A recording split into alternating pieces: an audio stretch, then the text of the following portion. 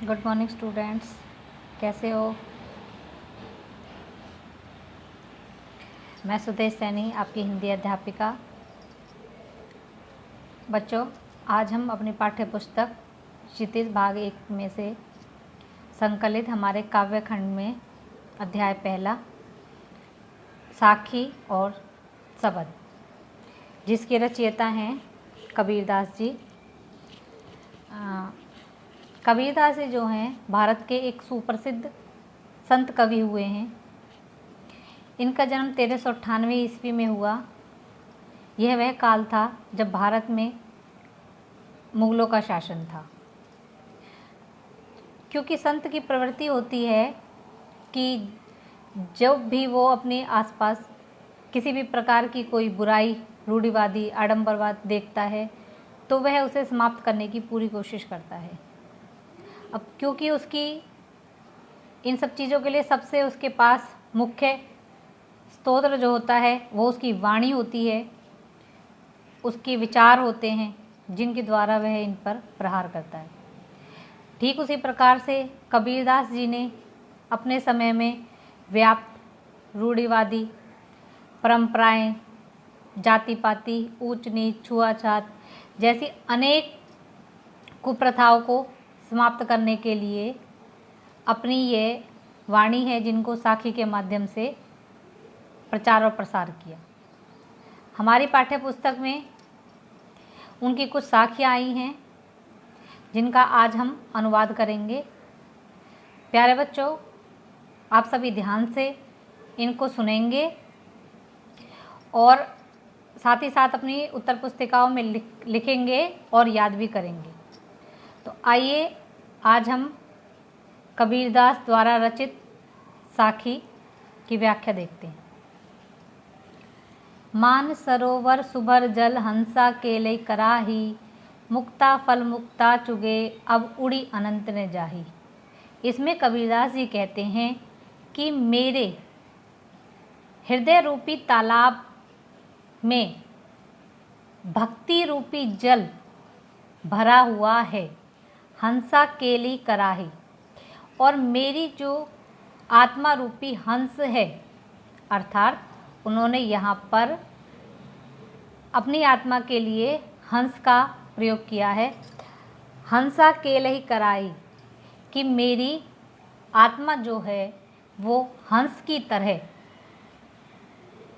इस जल से भरे हुए तालाब में क्रीड़ा कर रही है। मुक्ता फल मुक्ता चुगे, और उस जल में से भक्ति रूपी मोतियों को चुन चुन कर ला रही है। अब उड़ी अनंत ने जाही, और इस क्रीड़ा में, इस खेल में, कहने का भाव यह है कि इस ईश्वर की भक्ति में अब मेरी आत्मा को इतना आनंद मिल रहा है। अब उड़ी अनंत ने जाई, कि अब वो यहाँ से उड़कर कहीं और नहीं जाना चाहती। प्रेमी ढूंढत मैं फिरो, प्रेमी मिले न कोई, प्रेमी को प्रेमी मिले सब विष अमृत हुई। अगली साखी में कबीरदास जी कहते हैं कि मैं, प्रेमी का अर्थ यहाँ पर ईश्वर भक्त से लिया गया है, कि मैं इस पूरे संसार में एक सच्चे ईश्वर भक्त को ढूंढता फिर रहा हूँ। प्रेमी मिले न कोई, लेकिन मुझे अभी तक कोई भी ईश्वर का सच्चा भक्त नहीं मिला है।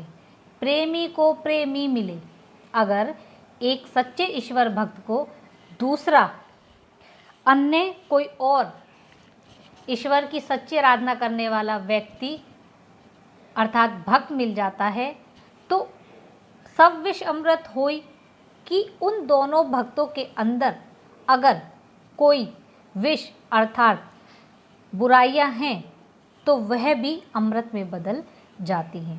कहने का भाव यह है कि अगर किसी साधु के अंदर, किसी संत के अंदर, किसी भक्त के अंदर कोई बुराई होती है तो जब व्यक्ति अपने ही जैसे किसी अन्य व्यक्ति से मिलता है और उसको ये पता चलता है कि आपके अंदर ये बुराइयां हैं, जब वो दोनों उस ईश्वर भक्ति पर विचार विमर्श करते हैं तो जो कुछ भी उनके अंदर बुराइयां हैं वो समाप्त हो जाती हैं। आइए तीसरी देखते हैं। हस्ती चढ़िए ज्ञान को सहज दुलीचा डारी, स्वान रूप संसार है भूखन दे झक मारी। इसमें कबीरदास जी कहते हैं कि हमें हस्ती अर्थात हाथी, सहज दुलीचा कालीन। आपने देखा होगा कि बहुत से लोग जो होते हैं वो घर में कालीन अर्थात एक मखमली कालीन जो होता है वो उसको बिछा कर रखते हैं कि जब हम उस पर चलते हैं तो हमें किसी भी प्रकार की कठोरता का कोई आभास नहीं होता है। कबीरदास जी कहते हैं कि हस्ती चढ़िए ज्ञान को सहज दुलीचा डारी, कि व्यक्ति को हमेशा ज्ञान को धारण करते रहना चाहिए, अर्थात उसे हमेशा अपनी ज्ञान में वृद्धि करती रहनी चाहिए। सहज दुलीचा डाली, और इस ज्ञान को प्राप्त करने में उसको हमेशा अपने व्यवहार में, अपने स्वभाव में कोमलता रखनी चाहिए। स्वान रूप संसार है, स्वान अर्थात कुत्ते के लिए कहा गया है कि जिस प्रकार से जब हाथी अपनी धीमी चाल से चलता है तो गली के जो कुत्ते होते हैं वो उस विशालकाय हाथी को देखकर भौंकने लगते हैं, भूखन दे झक मारी। लेकिन जब वो कुत्ते उस हाथी पर भौंक रहे होते हैं तो हाथी पर इस बात का कोई प्रभाव नहीं पड़ता। यहाँ पर कबीरदास जी बताना चाहते हैं कि जब व्यक्ति अपनी शिक्षा को, अपने ज्ञान को बढ़ा रहा होता है तो उसको हमेशा अपने स्वभाव में एक कोमलता रखनी चाहिए। उसे इस बात की परवाह नहीं करनी चाहिए कि उसके आसपास के जो लोग हैं उसके बारे में क्या कह रहे हैं या क्या सोचते हैं। धन्यवाद।